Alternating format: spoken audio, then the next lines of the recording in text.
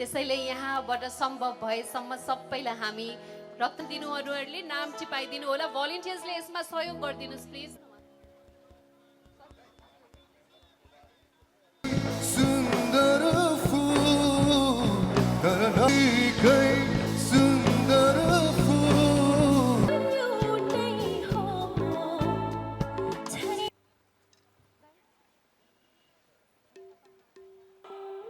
नेपालीको पहिचान र शान।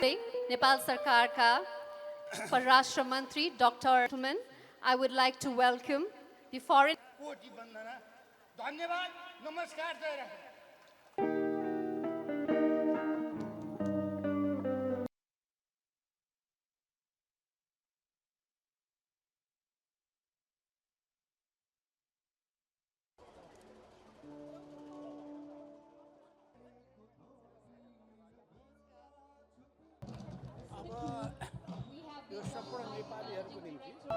फेरि पनि हाम्रो राष्ट्र निर्माता श्री 5 बडा महाराज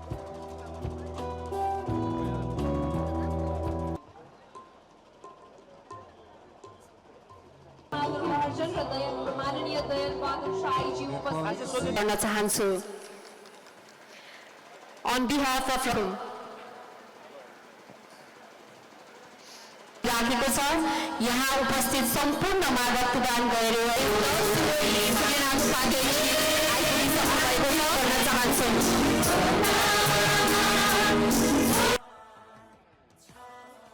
हामी बीच राष्ट्रिय सक्नु भएको छ। राष्ट्रिय प्रजातन्त्र पार्टीको तर्फबाट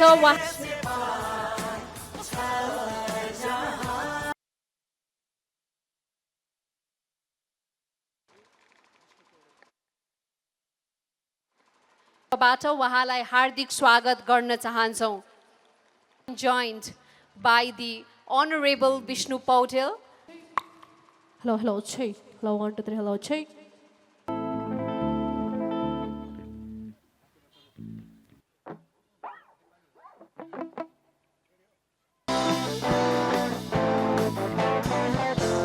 Minister, Honorable Ramesh Lekhak.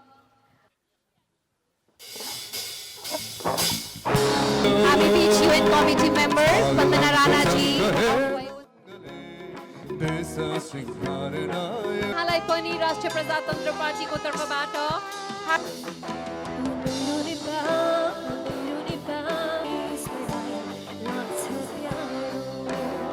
मन्त्री खड्ग प्रसाद ओलीज्यूको आगमन भइसकेको छ।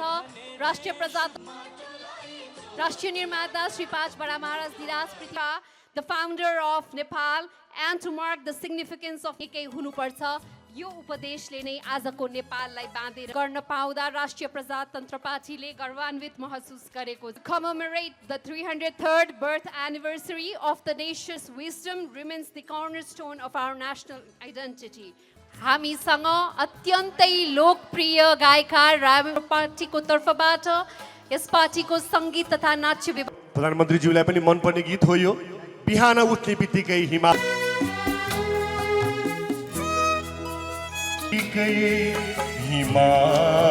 देख्न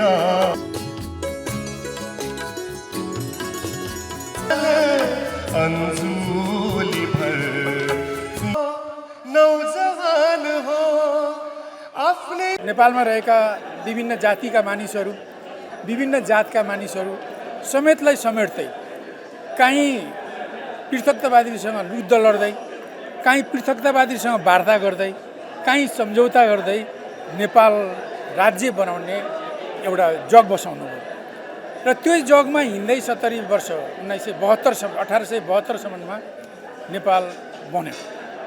यद्यपि ब्रिटिस साम्राज्यवाद उपनिवेशको बादको कारणले गर्दा कतिपय जमिन हाम्रा खोसिए, केही पछि प्राप्त पनि भए र अहिलेको स्वरूप बनेको छ। त्यसकारण पृथ्वीनारायण शाहलाई देशको एकीकरणकर्ताको रूपमा बुझ्नुपर्छ। एक त्यस्तो त्यति मात्रै होइन, उहाँको समयमा 50-60 वटा 53 देखि लिएर का आसपासका जुन राज्य रजौटाहरू थिए यिनीहरू भुरे टाकुरे राज्य जस्ता थिए।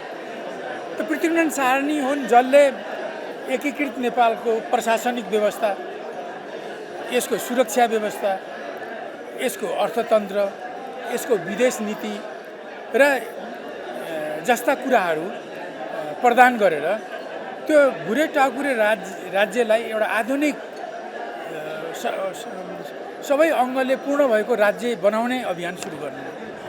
विगत कालमा पनि भनौँ न एचए मल्लले पनि देशको एकीकरण गर्ने योगदान गरेका हुन् र उनले धेरै भूभागलाई जोडेका पनि थिए। अब यस्तै मुकुन्द सेनले पनि गरेका थिए। तर उहाँहरूको एउटा कमजोरी के रह्यो भने त्यस बेलाको चेतनामा राज्य भनेको राजाको पेवा हो भन्ने जस्तो बुझेर एकीकरण पश्चात उहाँले आफू सेकेपछि आफ्ना भाइ छोराहरूमा राज्य बाँडे। त्यसले गर्दा उहाँहरूको एकीकरण टिकाउ भएन। पृथ्वीनारायण शाहको जमानामा पृथ्वीनारायण शाहको बेलासम्म आउँदा यो राज्य दक्षिणबाट बलियो साम्राज्यवादले निल्न खोजिरहेको अवस्थामा नेपाल चाहिँ एकीकृत मात्रै हुँदैन, यो दिगो एकीकरण हुनुपर्छ र विगतका कमजोरीहरू दोहोऱ्याउनु हुन्न भन्ने कुरा पृथ्वीनारायण शाहलाई राम्ररी अवगत थियो। त्यसै कारण भाइहरूले कहिले ललितपुरको राज्य माग्दा उहाँले दिनुभयो। अब उहाँ 50 वर्ष पुग्दामा उहाँको निधन भएको हो।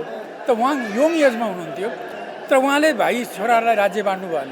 दलमदन शाहलाई ललितपुर राज्य दिनु भएन।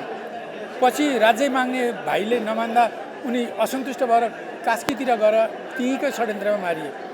त उनमा यो चेत थियो कि एकीकरण हुनुपर्छ, राज्य राजाको प्यावा होइन, यो भाग अंश लाग्दैन, यो देश हो, यसलाई एकीकृत राख्नुपर्छ, यो चिन्तन थियो। र देशलाई भुरे टाकुरे राज्यबाट नेपाललाई एउटा आधुनिक सबै अङ्ग पुगेको राज्य निर्माण गर्ने काम अगाडि सार्नुभयो।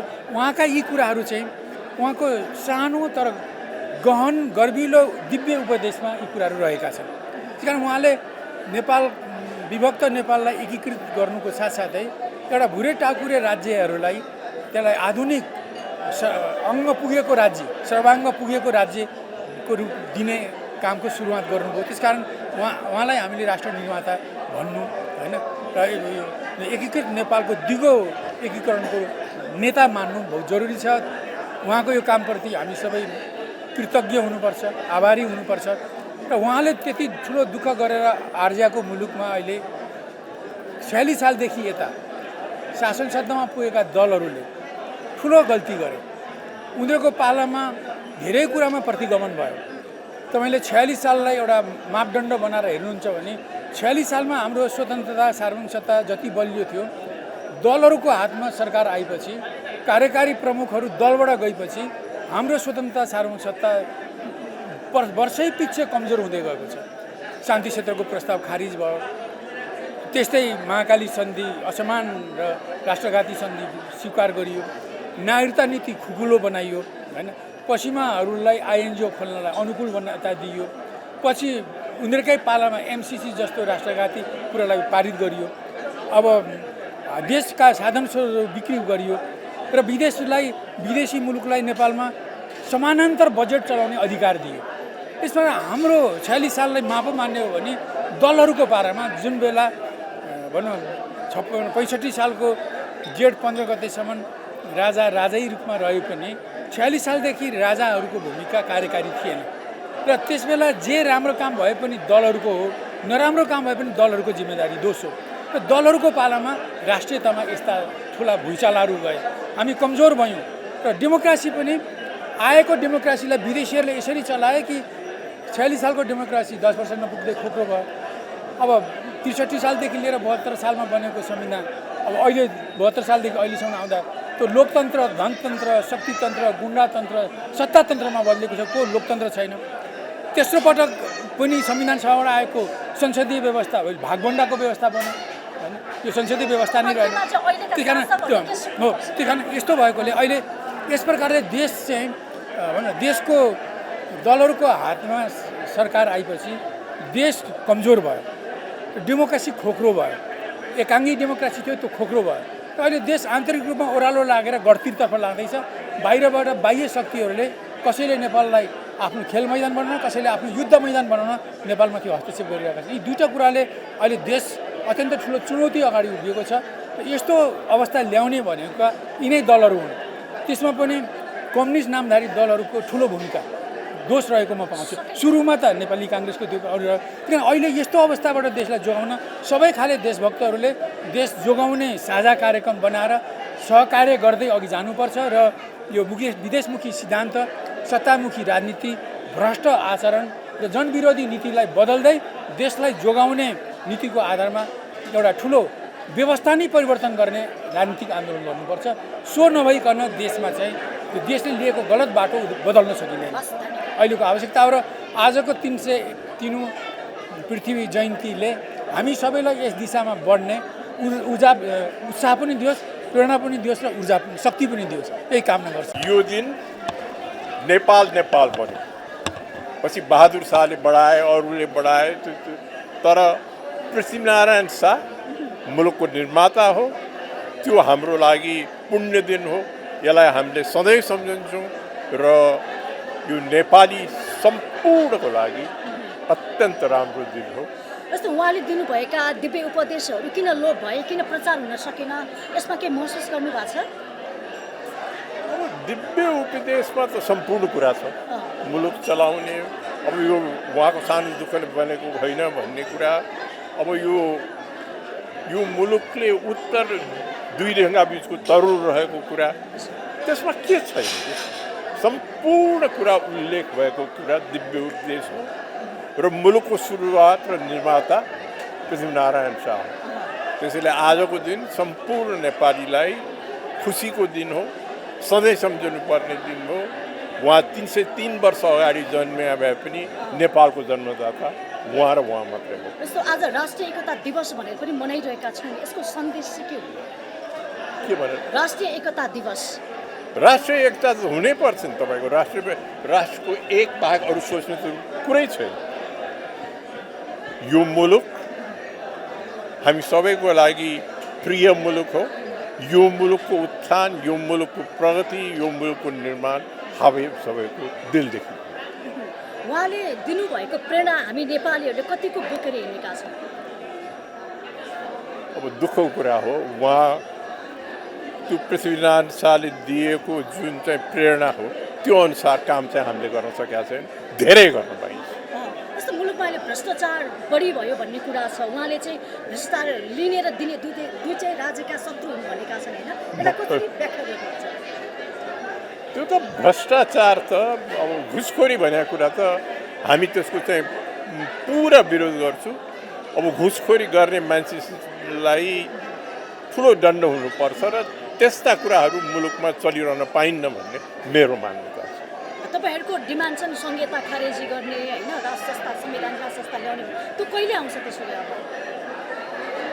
अब संहितै खारेज हुनु त अलिक गाह्रो होला है। अब नेपालको प्रगति, नेपालको उत्थान त्यतिपट्टि सोचौँ, नेपाललाई कसरी सुधार्ने भनेर हामी सबै मिलेर सोचौँ। अब त्यही दिशा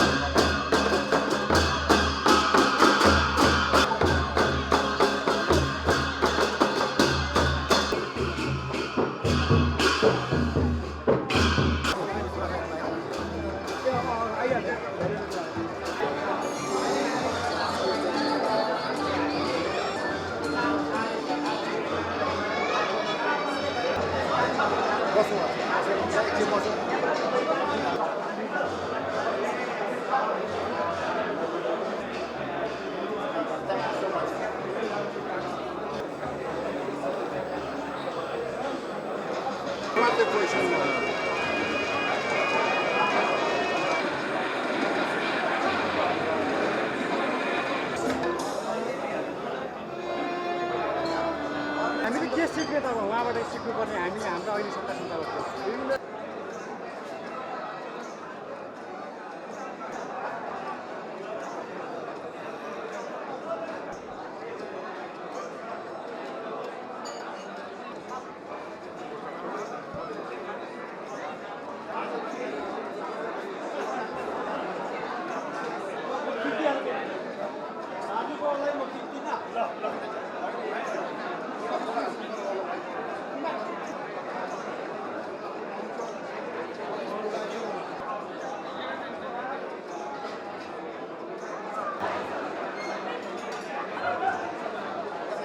श्री 5 बडा महाराजा धिराज पृथ्वीनारायण शाहको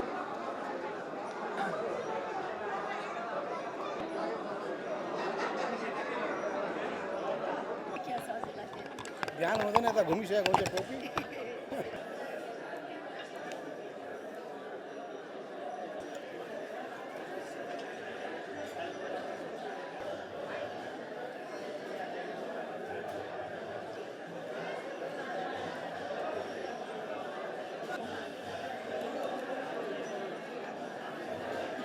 विभिन्न जातिका मानिसहरू विभिन्न जातका मानिसहरू अवस्था र अहिलेको अवस्थामा धेरै परिवर्तन भइसक्यो हेर्नुहोस् अघि त्यति बेला